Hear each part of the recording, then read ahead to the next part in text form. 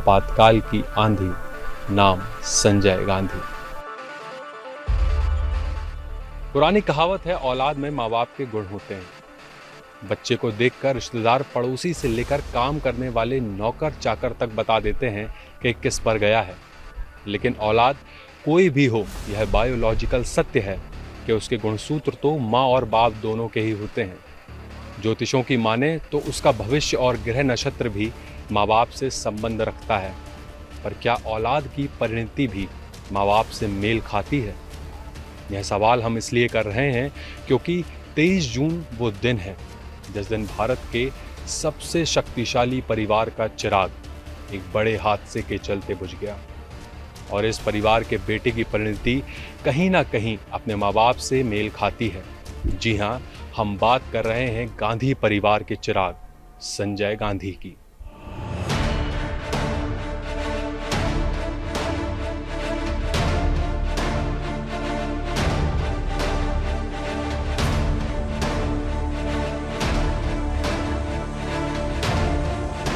संजय गांधी एक ऐसा नाम जिसने 70 के दशक के मध्य में आला हो अदना, हकीम होया कारिंदा, मालगुजार होया मुकद्दम, तस्कर से लेकर माफिया सबको हिलाकर ही नहीं रुलाकर भी रखा था।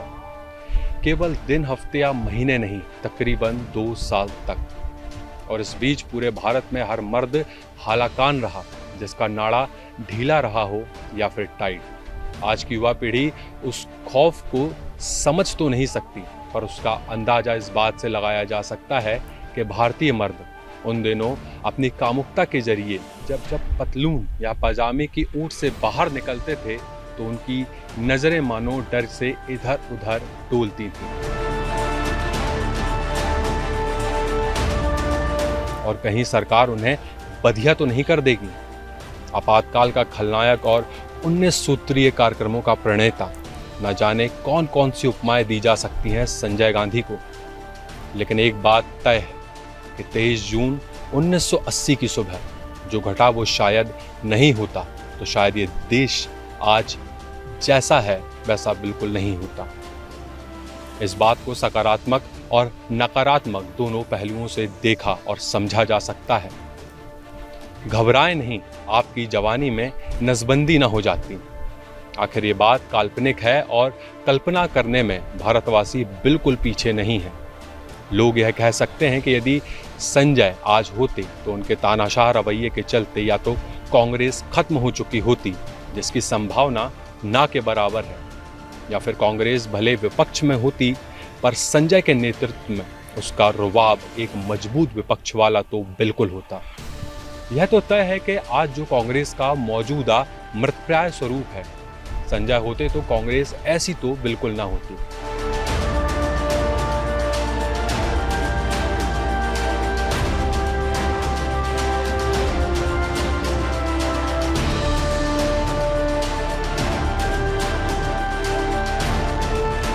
संजय की जिंदगी केवल आपातकाल के विलेन के तौर पर नहीं जानी जाती। एक तानाशाह के रूप में ही नहीं, बल्कि कबीर सिंह से भी ज्यादा सिरफिरे एक आशिक, औरंगजेब जैसे क्रूर बेटे और एक तिलस्मी मौत मरने के लिए भी उन्हें याद किया जाता है। नई पीढ़ी को अपना इतिहास निष्पक्ष ढंग से पता होना ही चाहिए। यहाँ हमने औरंगजेब जैसे क्रूर बेटे की उपमा उन्हें इसलिए दी क्योंकि 70 के दशक के मध्य में उनकी जैसी तूती बोलती थी और जनता के साथ जिस तरह का व्यवहार किया गया, केवल ये बात उन्हें इस उपमा से नहीं नवाजती, बल्कि आपातकाल के पहले अमेरिकन पत्रकार लुइस एम सिमंस ने अमेरिकन अखबार में यह खबर प्रमुखता के साथ उठाई थी कि एक पार्टी के दौरान गुस्से में आग बबूला संजय ने अपनी मां और तत्कालीन प्रधानमंत्री इंदिरा गांधी को सरेआम कई तमाचे जड़ दिए थे। इस खबर और वाकये के पीछे कई तथ्य प्रस्तुत भी किए गए और कई दशक बाद भी उक्त पत्रकार अपनी इस रिपोर्टिंग पर अडिग भी रहा। बाद में कई रिटायर्ड अधिकारियों ने भी अपनी किताबों के जरिए इस वाकये के अपरोक्ष रूप से पुष्टि की। अब बात करें उनकी मशहूर आशिकी की, तो उनके सिरफिरे आशिक होने या रसिक मिजाजी के किस्से आज भी लुटियंस दिल्ली में मशहूर हैं। मिस इंडिया रही मेनका गांधी अपने कॉलेज में 1000 लड़कियों के बीच भी इस तरह अलग पहचान में आ जाती थी मानो फूलों के पूरे खेत के बीच में एक गुलाब हो। संजय गांधी द्वारा उन्हें अपने पूरे रुबाब के साथ अपनी जीवन संगिनी बनाने की कहानी भी दिल्ली के साउथ ब्लॉक, नॉर्थ ब्लॉक से लेकर पूरे देश में एक वर्ग के बीच काफ़ी फेमस है। लेकिन लोगों को ताज्जुब तब हुआ जब 3 साल पहले प्रियापाल सिंह नाम की एक महिला मीडिया के सामने आ धमकी और खुद को संजय गांधी की बायोलॉजिकल बेटी होने का दावा कर डाला। संजय के तेवर, मिजाज और कांडों को सुन लिया जाए तो कोई भी झट से यकीन करने को मजबूर हो जाए। हालांकि प्रियापाल की शिकायत बस इतनी थी कि हिंदू सरकार नाम की फिल्म में उनके कथित पिता संजय गांधी को काफ़ी बुरा व्यक्ति बताया गया है और उसके बाद उनकी चुप्पी ने से पब्लिसिटी स्टंट से ज़्यादा कुछ नहीं माना। हालांकि कहने वाले कहने से नहीं चूकते। चूँकि मेनका गांधी उस वक्त केंद्र सरकार में मंत्री थी, इसलिए मामले को मैनेज कर लिया गया।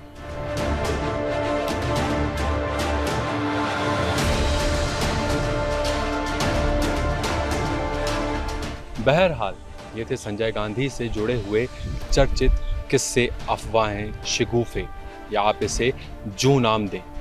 लेकिन हमारी इस पेशकश का लबोलुबाब शुरुआत से ही जुड़ा है कि हर औलाद में माँ और बाप दोनों का योगदान ही नहीं, उनके गुण, चाल चलन भी सिमिलर होते हैं।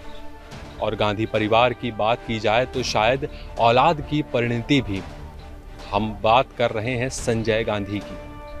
हर कोई यह कह सकता है कि संजय में उनकी मां इंदिरा के गुण काफ़ी बढ़ चढ़कर थे, मानो उनके डीएनए में मां के डीएनए के गुण दोष को ज़्यादा तवज्जो दी हो। इसके उलट उनके बड़े भाई राजीव गांधी का स्वभाव, बोलचाल, व्यवहार पिता फिरोज के ही सिमिलर माने जाते हैं। लेकिन नियति ने दोनों भाइयों के पड़ले मानो बाद में बदल दिए। संजय की मौत के बाद राजीव इंदिरा के उत्तराधिकारी हो गए, जबकि संजय के नाम आई उनके पिता की तरह गुमनामी। जब जब संजय या उनके पिता की बरसी या जन्मदिन होता है, उनकी समाधियों पर कोई कांग्रेसी फूल तो क्या, एक पत्ते का टुकड़ा भी चढ़ाने नहीं जाता। दूसरी तरफ राजीव ने उत्तराधिकार में अपनी मां के गुणदोष भले ना आत्मसात किए हों, लेकिन इंदिरा की मृत्यु के तरीके और मृत्यु के बाद की स्थिति में समानता हासिल कर ली।